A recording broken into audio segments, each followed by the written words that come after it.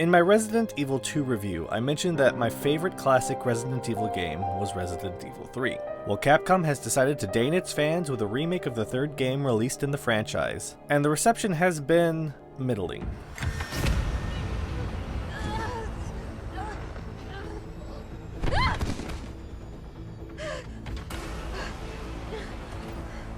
There is something that I feel that everyone should realize before considering whether or not they're going to purchase this Resident Evil title, and that is that you're not actually buying Resident Evil 3. I know that sounds confusing, but the truth is that you're buying Resident Evil 3 and Resident Evil Resistance. Due to this purchase actually being two games in one, I'll be reviewing both, but this video in particular is all about Resident Evil 3. So, if you aren't aware, Resident Evil 3 is a remake of the game Resident Evil 3 Nemesis for the PlayStation 1, which was later ported to the Dreamcast and GameCube. In the original, you played as Raccoon City STARS member Jill Valentine, as she tries to escape the city alive, with the titular monster nipping at her heels the entire time. In the remake, you play as Raccoon City STARS member Jill Valentine, as she tries to escape the city alive, while the Nemesis attempts to kill her, nipping at her heels occasionally. And while I can say I definitely enjoyed the game overall, I couldn't help but feel that there was something missing from the overall experience. All right. I'm in. But I am on their side, not yours. Oh, hey. It's cool. We all want the same thing. Thank you, Jill.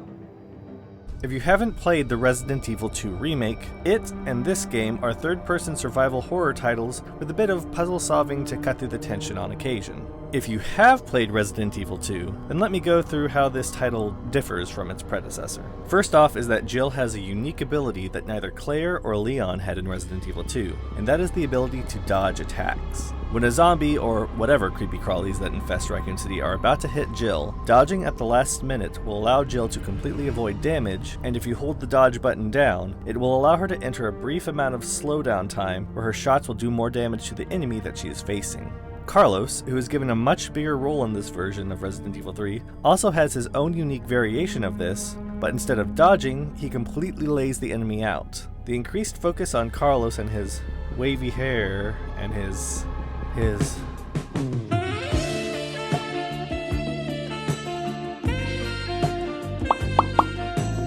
Sorry, what was I talking about? Oh yeah, dodging and such. The dodge isn't a free gimme, as you have to be on point when trying to dodge, as attempting it too early or too late will result in Jill getting a bite taken out of her. Zombies in particular feel like they're a bit more sticky-fingered than they were in Resident Evil 2, grabbing Jill at what can feel like ridiculous range, so making sure that you know how to dodge is imperative. I had a bit of trouble getting the timing down at first, and if you're the same, I recommend practicing it early as it becomes vital towards the end of the game.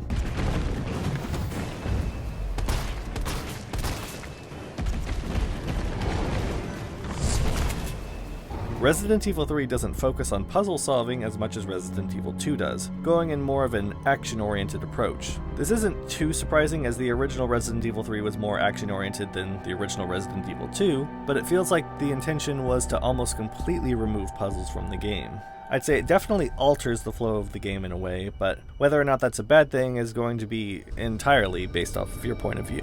One weird thing, though, is despite being in the title of the original game, the Nemesis in this version feels a bit scaled back. In the original, he would peer throughout the city, feeling like an ever-present thorn in Jill's side. And while these pop-ups weren't random, they were frequent enough to where the Nemesis was a continuous obstacle that needed to be avoided. While Nemesis still appears quite regularly, his appearances have been drastically changed, and are usually contained to particular areas.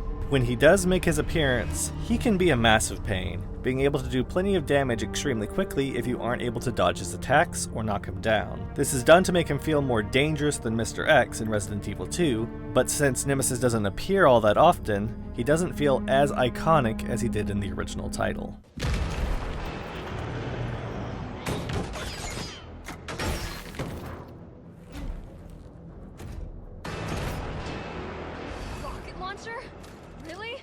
The game's story has also had a bit of a reorganization and several changes overall. Certain aspects of the original have been completely omitted, and certain characters have had their screen times drastically increased or decreased depending. This seems to have gotten some outcry as it doesn't fit with the original Resident Evil timeline any longer. But to be fair, I'm not really all that upset by it. Some might question why that might be considering my love for storytelling, and the reason is quite simple. The remake of Resident Evil 2 and the remake of Resident Evil 3 are part of a completely new timeline.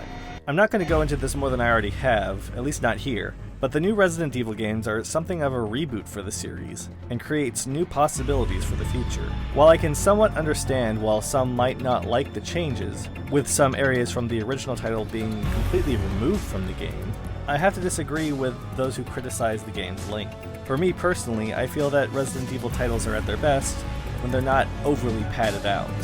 Resident Evil 4 and Resident Evil 5 were fun experiences, but there were times when particular areas just felt like they had gone on for far too long.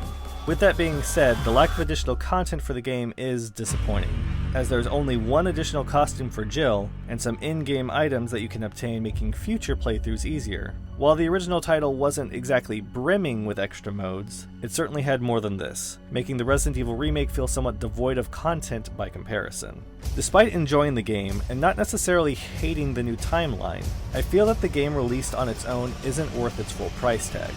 But, as I mentioned, you aren't buying Resident Evil 3. You're buying Resident Evil 3 and Resident Evil Resistance. So, I guess the question is the purchase of both games worth the price? Well, I guess that depends on whether or not you like Resident Evil Resistance. But that's a review for another time. It's alright, you're going ahead. I'm not gonna die on you, leave you in a cold, cruel, Carlosless world. Okay. Thank you for watching this review of Resident Evil 3. It's actually been quite a while since I've done a review on this channel, so it was fun to get back into it. I am also going to be releasing a review of Resident Evil Resistance, which should come up shortly. For those of you who are out there already playing the game, let me know what you think, and also tell me if you agree or disagree with my overall review. I hope all of y'all are staying safe out there and keeping yourselves healthy. If you liked this video, please, like down below as it really helps me out. And as always, thank you all for watching, and I'll see you next time.